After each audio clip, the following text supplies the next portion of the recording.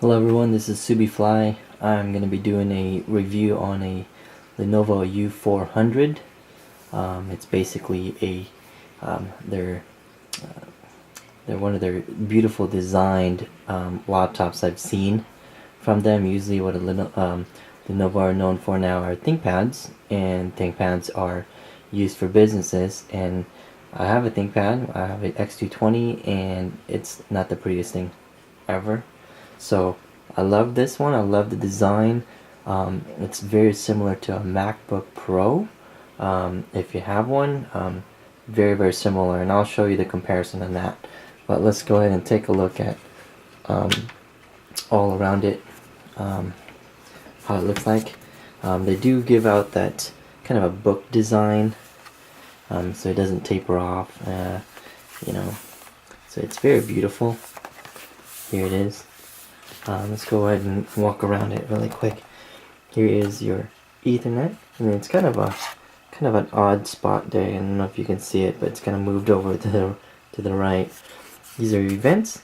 This is a one-touch or one-key recovery, USB 3.0, and it looks like maybe a microphone or something. A little dot there. This one's your power light. You can see that, and your battery indicator. Nothing up here. 2 USB dual port for mic and headset. Yeah, full USB, full HDMI, which is nice. Slot loading DVD, CD drive, and your power. Nothing in the back. Pretty straightforward. And the bottom, here it is, very smooth, no vents. It does, the vents actually come out through your keyboard, so it's a breathable keyboard, just like the U300S or the upcoming U300E. So here it is. Now I actually have a different video tutorial on how to take the back plating off. They're saying that a lot of people are having difficulty in how to open it up, and I'll put that video up as well. I actually changed the hard drive in this. This is actually the i3 processor, so it's not fast. I picked this up because it's going to be just basic internet use, so I didn't need to get the i5 or anything like that. But I did, however, change the hard drive from 500 gig, which is running at 5400 RPMs, got the 320 gig for 7200 RPMs, and the speed does make a difference. It does have an mSATA slot in it. Originally came with 4 gig, and I replaced that and actually added 2 gigs, which is a 6 gig now. So let's take a look at it. Sorry for the glare there, you can see my reflection. This is made out of glass. It's actually very nice, but it's not MacBook Pro quality, so don't expect it to be like that where it's smooth. There's a few where it's just frustrating to scroll up and down using the 2-finger gesture. I don't even do that. I don't even use that. I just go ahead and move the bar on the right hand side when I'm surfing the web. Let's go and turn it on. Keyboard's nice and responsive. It's not your normal typical ThinkPad keyboard, but they did a wonderful job in doing so. It's like a chick-like island style. The function, all your F1, F2s, F3s, you have to hold down the function keys, and to get to the function keys. So all your shortcuts, let's see, let's get it closer here. There you go. Your volume, escape, all those things. It's not too bad as far as your typing up. I type a lot, so it's not too bad. Some of the keys feel like they're a lot smaller, so sometimes my finger goes over the keys because they're a little bit more smaller, like the shift key right there. It's tiny. Let's see.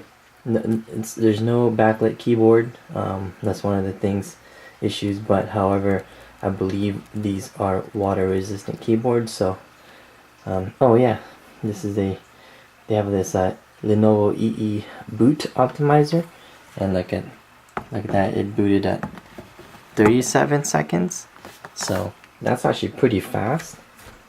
The original hard drive was only running at 500 gigs, and that was booting up at, shoot, 90 seconds.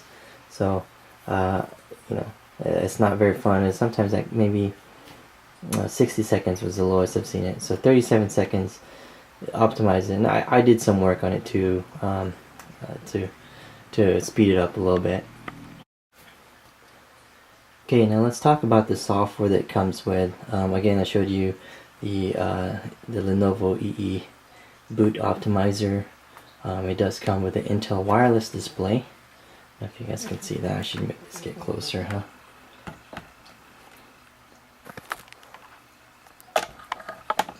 There's Intel wireless display right there. So comes with that. I don't have an adapter,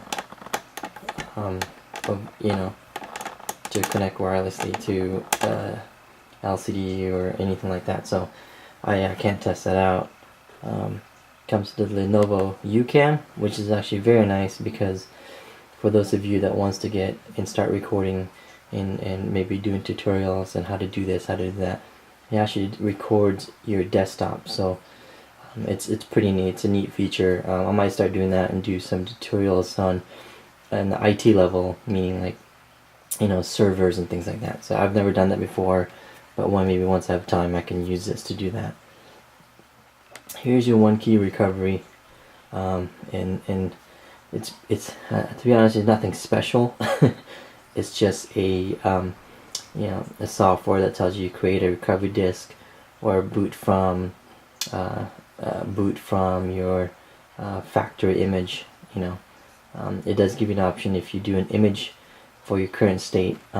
If you're in IT, they have a system called Snapshot, where it takes a snapshot of your the current state of your system, and if something goes wrong, you can always go back to that snapshot you took. So it's pretty neat. But to me, I don't care much about it. And again, it's just a basic Windows, nothing special. They didn't put in a lot of bloatware here, which is great. So especially if you're in IT and you want to provision this out and implement it and maybe change, you know, right now our company runs Lenovo Dells, and maybe I can wean them up, start using Lenovo's. You know, this is a great piece, but again, it's solid. You know, it has a solid feel. I mean, it's so nice. It's beautiful. It doesn't hurt in the eyes. Screen resolution wise, it's okay, but you know, if you're just typing up, who cares? But if you do anything else, yeah, maybe you want to get a better screen. But for basic use, for $750, and even if you go to Lenovo outlet store, their outlet website, cheap. I think these were going for like $475 for refurbished. So go for it. Here, screen is, I mean, it's so pretty. It's just beautiful. But you know, and let me show you a comparison to the MacBook. It's my wife's MacBook. So here you go. It's a 13.3 inch, or MacBook 13 inch, and this is the 14 inch right here. So as you can see, yeah, about the same size. Very similar. Very similar. To be honest with you, I love my wife's MacBook. Very responsive with the key, with the mouse pad.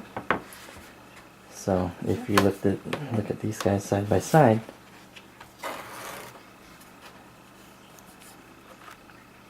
oh, by the way, be careful at these corners of the laptop. They're actually quite sharp. One of the questions that I saw in the forums is that, can you add mSATA slots? Yes, absolutely, but it's very difficult in removing the bottom plate. Again, take a look at my other video on how to do that.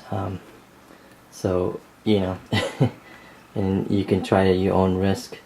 I'm not responsible for that. So again, if you have any questions about the U400, you know, leave some comments and I'll get, you know, answer as best as I can. But again, it's a beautiful laptop, very pretty. But for me as a power user, you might want to get a faster processor, and put on an SSD. The difference is that with the SSD, if you put in your SSD, the USB 3.0, it's sitting on there, so the typical hard drive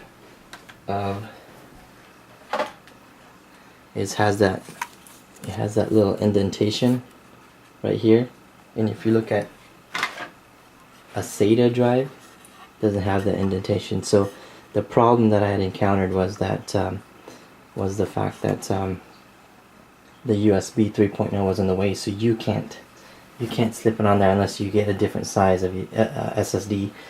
Best option is get the mSATA. You should be able to find it like in Newegg or you know, other websites. I don't know where else, Amazon. So again, thanks for watching. If you have any questions, please let me know. Thank you.